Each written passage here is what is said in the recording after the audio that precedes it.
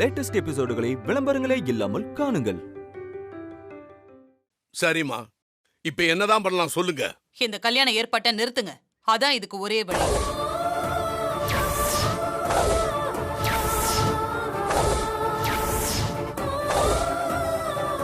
என்னம்மா இப்படி அபசகனமா பேசுறீங்க? கல்யாணங்கிறது எவ்வளவு பெரிய விஷயம், அதை சர்வசாதாரணமா நிறுத்த சொல்றீங்க? என் பொண்ணு கல்யாணத்தெல்லாம் நிறுத்த முடியாதுமா. அப்போ உங்க பையன் ஆபரேஷன் செலவுக்காக நான் கொடுத்த 10 லட்சத்தை எடுத்து வச்சுட்டு அப்புறம் உங்க பொண்ணுக்கு தாராளமா கல்யாணம் பண்ணுங்க. யார் வேண்டாங்கிறா?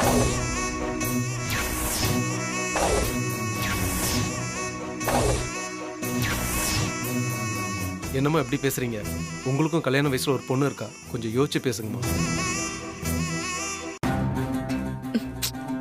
பணத்தை வாங்கிட்டு இப்படி மாத்தி பேசினா யாருக்கு தான் கோவம் வராது? என்ன பேசுற நீ? ஏற்கனவே இங்க பத்தி எரிஞ்சுக்கிட்டு இருக்கு, இதுல குளிர்காய பாக்குறியா? வாய் முட்டு சும்மா இரு. ஆமா, எனக்கு திட்டுறதுலே குறியாருங்க. வேற என்ன தெரியும் உங்களுக்கு? அம்மா, இதுக்கு நீங்க இவ்வளவு கோவப்பட வேண்டிய அவசியம் இல்லம்மா. நான் கல்யாணம் பண்ணிக்கிட்டாலும் எனக்கு புருஷனா வரப்போறவர்கிட்ட அனுமதி வாங்கிட்டு உங்க பொண்ணுக்காக நான் கண்டிப்பா பாடுவேன். கடைசி வரைக்கும் பாடுவேன். அதுல எந்த மாற்றமும் இல்ல. நான் கொடுத்த வாக்கை எப்பவும் மறக்க மாட்டேமா. நீ சொல்றத நான் எப்படி நம்புறது? நாளைக்கே உன் புருஷன், மாமனார், மாமியார் எல்லாரும் சேர்ந்து உன்னை பாட ஒத்துக்குவாங்கன்னு நான் எப்படி நம்புறது? அப்படியே ஒத்துக்கிட்டு கல்யாணத்துக்கு அப்புறம் முடியாதுன்னு சொல்லிட்டா என்ன பண்றது? அப்புறம் உன்னையே நம்பி இருக்கிற என் பொண்ணோட ஃபியூச்சர் என்ன ஆகுறது? அப்படிலாம் எதுவும் நடக்காதுமா. நான் உங்க பொண்ணுக்காக பாடிக்கிட்டே தான் இருப்பேன். ப்ளீஸ் என்ன நம்புங்கம்மா. ஆன்ட்டி, எங்க அக்காவை ரொம்ப திட்டாதீங்க. அவங்க பாவம். அவங்க யாருக்கும் துரோகம் செய்ய மாட்டாங்க. அவங்க பாடுவாங்க. நம்புங்க ஆன்ட்டி.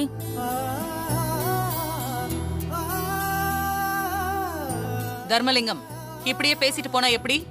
முடிவா நீங்க என்ன சொல்றீங்க?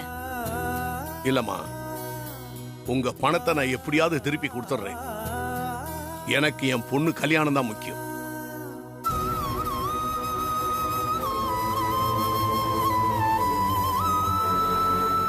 சரி, பணத்தை எப்ப கொடுப்பீங்க? எவ்வளவு சீக்கிரம் கொடுக்க முடியுமோ அவ்வளவு சீக்கிரம் கொடுத்துறோம். சரி, சீக்கிரமா கொடுக்கறதுக்கு வழிய பாருங்க. பணத்தை கொடுக்காம என்னை ஏமாத்திட்டு கல்யாணம் பண்ணிடலான்னு மட்டும் நினைக்காதீங்க. பணத்தை வாங்காம நான் கல்யாணத்தை நடத்த விட மாட்டேன். அப்படியெல்லாம் எதுவும் செய்ய மாட்டோமா. கை நீட்டி காசை வாங்கிட்டு ஏமாத்துற ஆளுங்க நாங்க இல்ல. உங்க பணத்தை திருப்பி கொடுத்துட்டு என் பொண்ணுக்கு கல்யாணம் பண்றேன். உங்க வார்த்தையை நான் நம்புறேன். சீக்கிரமா பணத்தை ஏற்பாடு பண்ணுங்க. வாமா போலாம்.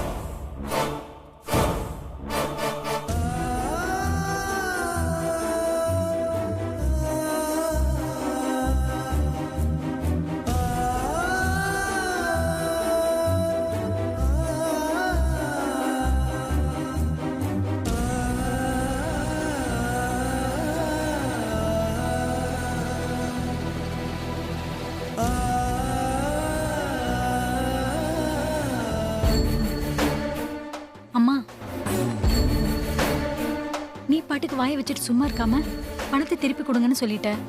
அந்த ஆளு ஏற்பாடு பண்ணி தரேன்னு சொல்லிட்டாரு. அவர் உண்மையிலேயே ஏற்பாடு பண்ணிட்டா நாம என்னமா பண்றது? என் ஃபியூச்சர் ஸ்பாயில் ஆயிடுமா? ஏய், 10 லட்சங்கிறது சாதாரண அமௌண்டா? இந்த ஆளு கோயில்ல நாதஸ்வரம் வாசிக்கிறவன். 10 லட்சத்தை எல்லாம் இவனால சீக்கிரமா புரட்ட முடியாது. கடைசியில நம்ம கால்ல தான் வந்து விழுவாங்க. அதனால நீ ஒன்னும் கவலைப்படாத, வா போலாம். சரிம்மா.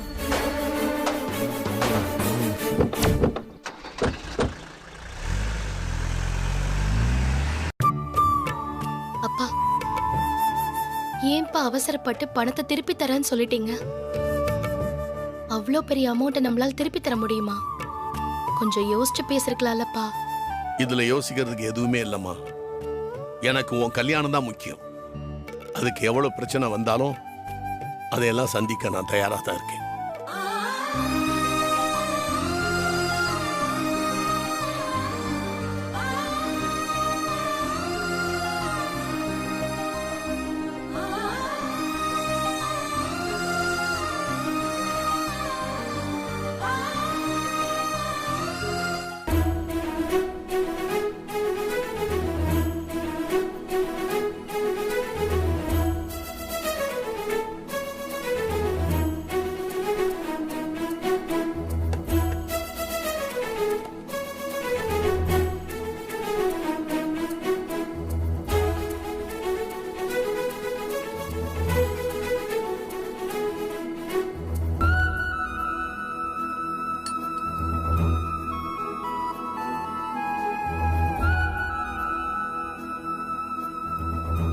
என்ன சாப்பிடுப்பா.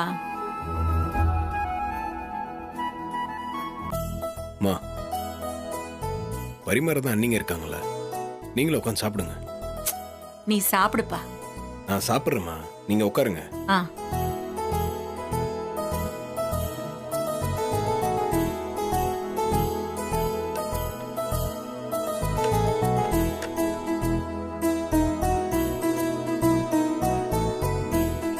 போதும்பா, நீ சாப்பிடு. சாப்பிடுங்க. அங்க இட்லி வச்சாச்சு. மீனாட்சி, நீ உட்காந்து சாப்பிடு. சரிங்க. அக்கா, அக்கா எனக்கு ரொம்ப பசிக்குது. நீங்க எல்லாருக்கும் பரிமாறுறீங்களா?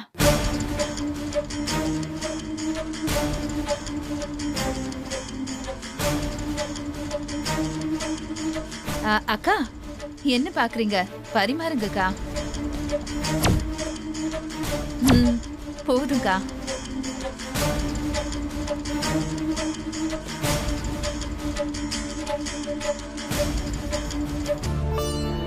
தேங்க்ஸ்மா.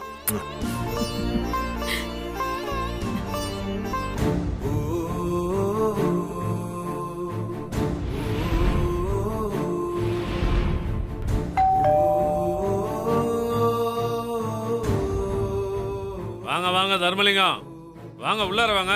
பரவாயில்லங்க, இருக்கட்டும். அப்புறம் எப்படி இருக்கீங்க? வீட்டுல எல்லாரும் சௌக்கியம் தானே? எல்லாரும் நல்லா இருக்காங்க. நீங்க எப்படி இருக்கீங்க? ஆண்டவ முன்னியத்துல நல்லா சௌக்கியமா இருக்கேன். என்ன இந்த பக்கம் வந்திருக்கீங்க? வீட்டுல ஏதாவது விசேஷமா? அது வந்துங்க, என் பொண்ணுக்கு கல்யாணம் பண்ணலாம்னு இருக்கேன். நல்ல விஷயம்தான். காலகாலத்துல கல்யாணத்தை முடிச்சுட்டா நம்ம கடமை முடிஞ்சிடல. அந்த கல்யாணத்துல ஒரு சின்ன சிக்கல் இருக்கு. ஒரு 10 லட்சம் ரூபா பணம் இருந்தா அந்த சிக்கலை தீர்த்துடலாம். ஓஹோ, அப்படியா? அதான் உங்ககிட்ட பணம் கேட்கலாம்னு வந்தேன். இந்த நேரத்துல கொடுத்து உதவி செஞ்சீங்கன்னா என் பொண்ணு கல்யாணத்தை நல்லபடியா பிரச்சனை இல்லாம முடிச்சிருவேன். அந்த பணத்தை எவ்வளவு சீக்கிரம் உங்களுக்கு கொடுக்க முடியுமோ அவ்வளவு சீக்கிரம் கொடுத்துருவேன். நீங்க தான் கொஞ்சம் பெரிய மனசு பண்ணி அதை கொடுக்கணும். தர்மலிங்கம், பொண்ணுக்கு கல்யாணம் சொல்றீங்க, நல்ல விஷயம்தான். ஆனா நீங்க கேட்ட தொகை ரொம்ப பெருசு. உங்களுக்கு வருமானம்னு பார்த்தா பெருசா ஒண்ணும் இல்ல. கோயில்ல வாசிக்கிற வருமானத்தை வச்சுதான் பொழப்பு நடத்துறீங்க. இதுல 10 லட்சம் ரூபாய் கடன் வாங்கினா எப்படி அடைப்பீங்க சொல்லுங்க? உங்களை நம்பி இவ்வளவு பெரிய அமௌண்ட் கொடுக்க முடியுமா? இல்லங்க, நான் உங்களை ஏமாத்திட மாட்டேன். என்னை நம்பி கொடுங்க, கண்டிப்பா கடனை திருப்பி கொடுத்துருவேன். தர்மலிங்கம், உங்க மேல மதிப்பு மரியாதை எல்லாம் இருக்கு. ஆனா இது பண விஷயம். கேட்கறவங்களுக்கெல்லாம் பணத்தை தூக்கி கொடுத்துட முடியாது. பணத்தை கொடுத்தா யார் அந்த பணத்தை திருப்பி கொடுக்கறாங்களோ அவங்களுக்கு தான் கொடுக்க முடியும். 10,000 ரூபாய் கொடுத்தாலே உங்களால திருப்பி கொடுக்க முடியாது. இதுல 10 லட்சம் கொடுத்தா எப்படி திருப்பி கொடுப்பீங்க? என் வாயால இல்லைன்னு சொல்ல வச்சிடாதீங்க. ரொம்ப நன்றிங்க, வரேன்.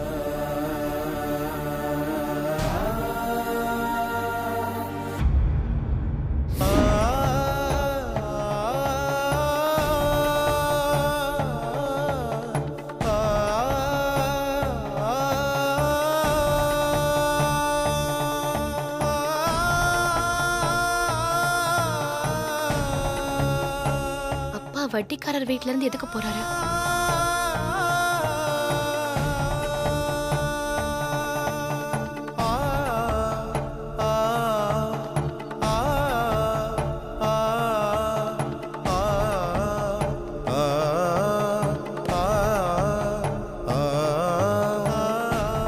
வாங்க தர்மலிங்கம்.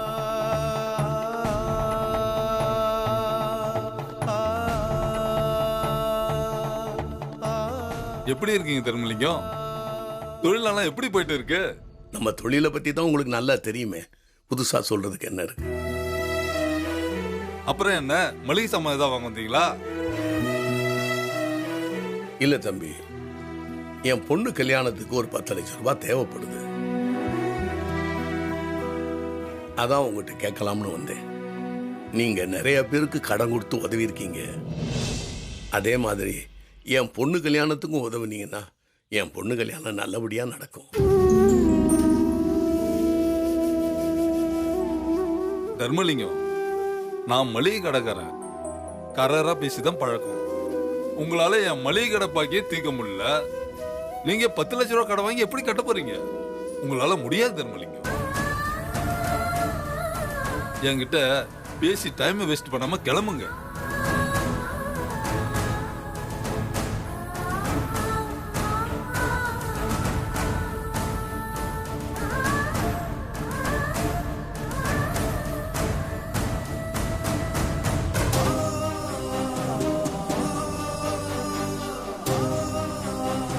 அப்பா இப்படிலாம் அவமானப்படுறது என்னாலதான். இந்த கஷ்டத்தை எப்படி போக்குறதுன்னு தெரியலையே. நான் என்ன பண்ணுவேன்?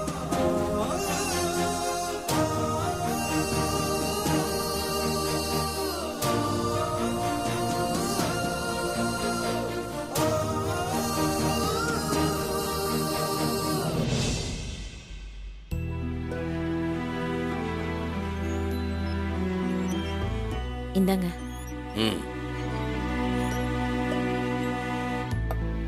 என்னங்க ஒரு மாதிரி இருக்கீங்க? உடம்பு எதுவும் சரியில்லையா? அப்பா என்னப்பா அமைதியா இருக்கீங்க? உங்க முகமே சரியில்லையப்பா. ஏதாவது பிரச்சனைன்னு சொல்லுங்கப்பா. இந்த காலத்துல அச்சடிச்ச நோட்டுக்கு இருக்கிற மரியாதை மனுஷனுக்கு இல்லாம போச்சுப்பா. என்னங்க ஏதோ விரக்தியா பேசுற மாதிரி தோணுது. என்ன விஷயம்னு சொல்லுங்க. இல்ல ஜானகி, நம்ம பொண்ணோட கல்யாணம் நடக்கணும்னா முதல்ல ராஜஸ்ரீயோட கடனை அடைச்சாகணும். அதுக்காகத்தான் நிறைய இடத்துல பணம் கேட்டு பார்த்தேன்.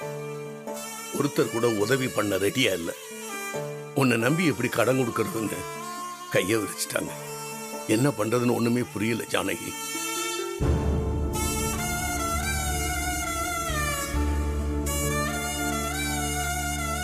நம்ம பொண்ணுக்கு முதல்ல மாப்பிள்ளை கிடைக்காம சிக்கலா இருந்துச்சு.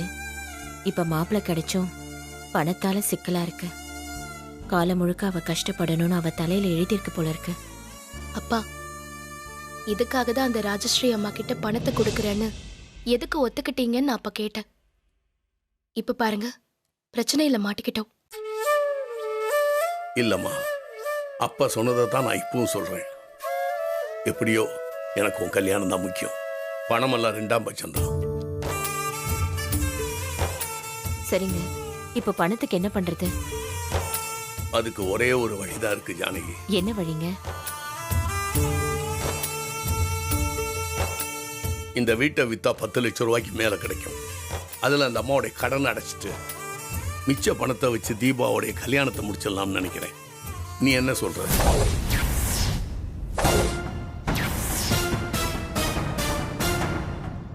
அப்பா நல்ல ஐடியா சொன்னீங்கப்பா. வீட்டை விட நமக்கு இப்போ தீபா கல்யாணம் தான்ப்பா முக்கியம். வீட்டை விற்கிறத தவிர வேற வழி இல்லப்பா. கொடுத்துடலாம்ப்பா.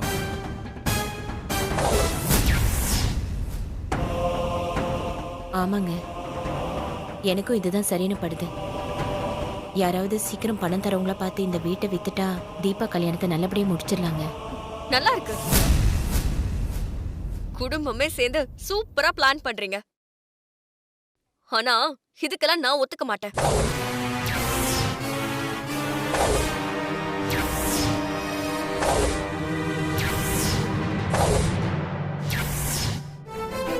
ஏய், இது எங்க அப்பா சம்பாதிச்ச சொத்து. இதை விற்க நீலாம் பர்மிஷன் கொடுக்க வேண்டிய அவசியம் இல்லை. வாயை மூடிட்டு அமைதியா இருக்கியா? நான் எதுக்குங்க அமைதியா இருக்கணும்? உங்களுக்கும் இந்த வீட்ல பங்கு இருக்குல்ல?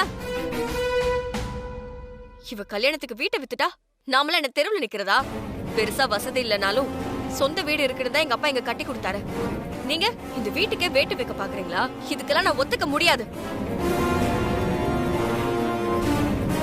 ஏய், தீபா இந்த வீட்டுக்காக எவ்வளவு கஷ்டப்பட்டு இருக்கா தெரியுமா? அவளுக்காக நம்ம இதை கூட செய்யக்கூடாதா? இந்த வீடு இல்லைன்னா நம்ம என்ன தெருவுல நிக்க போறோம்? ஏய், ஏதாவது வாடகை வீட்டுக்கு போறோம். வாடகை வீட்டுக்கு போயிட்டா மாசம் மாசம் டான்னு வாடகை கொடுத்துருவீங்களோ? இப்பவே உங்களுக்கு உங்க அப்பாவுக்கும் சரியான வருமானம் இல்ல. அப்புறம் எப்படிங்க வாடகை கொடுப்பீங்க? அங்கேயே வாடகை பாக்கி வச்சா வீட்டுக்காரங்க சட்டை பண்ணி தூக்கிட்டு போன்னு சொல்லுவா. அந்த அவமானத்தையும் சுமக்கணும்னு சொல்றீங்களா? கஞ்சியோ கூழோ குடிச்சிட்டு சொந்த வீட்டுல கௌரவமா இருக்கிறோம். அதை மட்டும் கெடுத்துறாதீங்க. ஏய், எதுக்கு தேவையில்லாம எதோ பேசி பிரச்சனையை பெருசு பண்ற? என் தங்கச்சி கல்யாணத்துக்காக இந்த வீட்டை விற்க தான் போறோம். உன்னால முடிஞ்சதை பாத்துக்க. நீங்க மட்டும் இந்த வீட்டை வித்தா அடுத்த நிமிஷம் நான் இங்க இருக்க மாட்டேன். எங்க அம்மா வீட்டுக்கு போயிருவேன். திரும்ப வரவே மாட்டேன். ஏய் என்னடி பிளாக்மெயில் பண்றியா? இந்த பூச்சாண்டிக்கெல்லாம் பயப்படுற ஆள் நான் கிடையாது. நீ எங்க வேணா போய்க்கோ, நான் தடுக்க மாட்டேன். போ.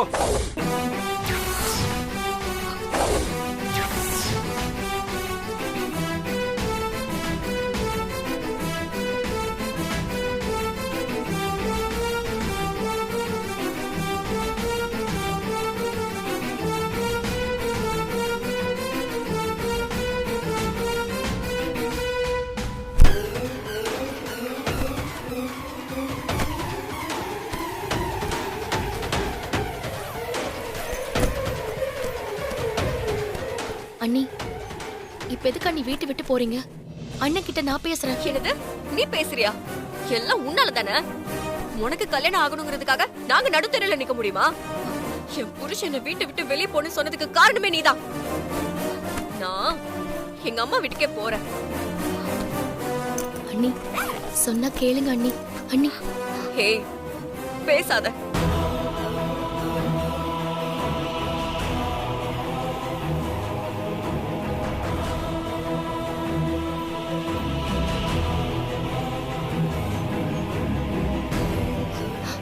அப்பா அப்பா அண்ணிய போக வேண்டாம்னு சொல்லுங்கப்பா, ப்ளீஸ் பா. அண்ணன் நீங்களாவது சொல்லுங்கண்ணே. விடுதிப்பா, போனா போட்டோம். அம்மா அம்மா சொல்லுங்கம்மா, அண்ணிய போக வேண்டான்னு. மைதிலி கொஞ்சம் நெல்லு.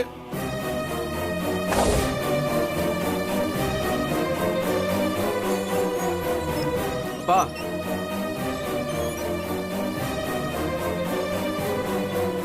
மைதிலி, நீ வீட்டுக்குள்ள போமா. நான் வீட்டை விக்கல. அப்பா ஏன்பா அப்படி சொல்றீங்க? வீட்டை விக்கலன்னா நம்ம தீபா கல்யாணத்தை எப்படிப்பா நடத்த முடியும்? அதுக்கு வேற ஏதாவது வழி இருக்கான்னு பார்க்கலாம்ப்பா. இதனால உங்க 2 பேருக்குள்ள பிரச்சனை வர வேணாம். அண்ணி அதான் அப்பா சொல்லிட்டார்ல, உள்ள போங்க அண்ணி. மைதிலி உள்ள போமா.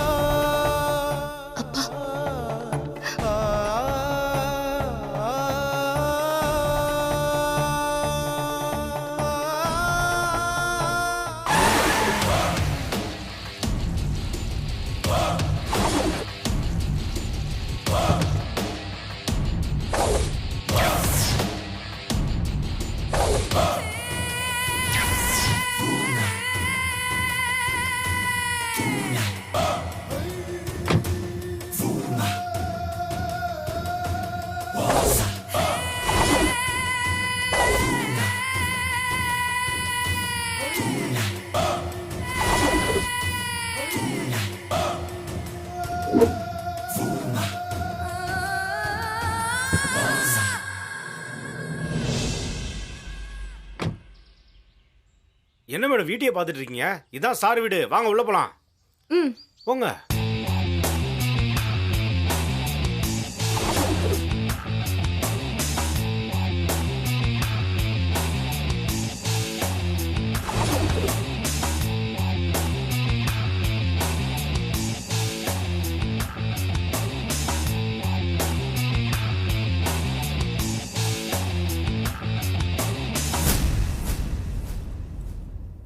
சார், நான் சொன்ன பொண்ணு இவங்க தான். பேர் நட்சத்திரா, மாடலிங் ப்ரொஃபஷனலா இருக்காங்க. Hi sir. ஹாய். சொல்லுங்க சார், என்னால ஏதோ ஹெல்ப் வேணும்னு சொன்னீங்களாமே, என்ன செய்யணும்? நட்சத்திரா, நான் சொல்ல போறது ரொம்ப ஈஸியான வேலை இல்லை, கொஞ்சம் கஷ்டமான ஜாப் தான். பட் அதை நீ கரெக்டாக செஞ்சு முடிக்கணும். முதல்ல விஷயம் என்னன்னு சொல்லுங்க சார். ஏன் ராஜு உங்ககிட்ட சொல்லலையா? சொன்னாரு சார், ஆனா விளக்கமா எதுவும் சொல்லல. நானும் உங்ககிட்ட கேட்டுக்கலான்னு வந்துட்டேன். It's okay. நீ ஒரு கல்யாண பொண்ணு மாதிரி நான் சொல்ற வீட்டில் நடிக்கணும். அது யார் வீடு என்னன்னு சொல்ல முடியுமா சார்? சொல்றேன். அது ரொம்ப பெரிய இடம், வசதியான குடும்பம். அவங்க முன்னாடி தான் நீ கல்யாண பொண்ணா நடிக்கணும். பட் மனமேடை வரைக்கும் தான் உன் நடிப்பு இருக்கணும். தாலி கட்டுறதுக்கு கொஞ்ச நேரத்துக்கு முன்னாடி அங்கிருந்து நீ எஸ்கேப் ஆயிடணும். இதுதான் நம்மளோட பிளான். புரிஞ்சதா? புரிஞ்சது சார். ஒரு குடும்பத்தை நம்ப வச்சு கழுத்து இருக்கணும்னு சொல்றீங்க, அப்படிதானே? எக்ஸாக்ட்லி. இந்த நம்பிக்கை துரோகத்தை செய்ய பேமெண்ட்டும் பெருசா வேணும், பரவாயில்லையா? எவ்வளோ வேணும்? எனக்கு நிறைய பண பிரச்சனை இருக்கிறதால ம் உனக்கு எவ்வளவு வேணும்னு தான் கேட்டேன். உன்னோட பர்சனல்லாம் எனக்கு தேவையில்லை. ஒரு 10 லட்ச ரூபாய் வேணும் சார். தரேன். எனக்கு பணம் ஒரு பெரிய விஷயமே இல்லை. பட் காரியம்தான் முக்கியம். இப்போ அட்வான்ஸாக 3 lakhs தரேன். பேலன்ஸ் அமௌண்ட்டை கல்யாணம் தண்ணிக்கு தரேன். பட் உன்னால கல்யாணம் வரைக்கும் எந்த பிரச்சனையும் வரக்கூடாது. நான் ஒரு அசைன்மெண்ட்ல இறங்கிட்டேன்னு வச்சுக்கோங்க, அதை சக்சஸ்ஃபுல்லா முடிக்காம விட மாட்டேன். நீங்க இனிமே இத பத்தி எந்த கவலையும் பட தேவையில்ல, எல்லாத்தையும் நான் பாத்துக்கிறேன் சார். இன்னைக்கு ஈவினிங்கே உன்னோட அசைன்மெண்ட் ஸ்டார்ட் ஆயிடும். நீ கல்யாணம் பொண்ணா நடிக்க போற அந்த வீட்டோட மாமியார் அபிராமி நாச்சியார்.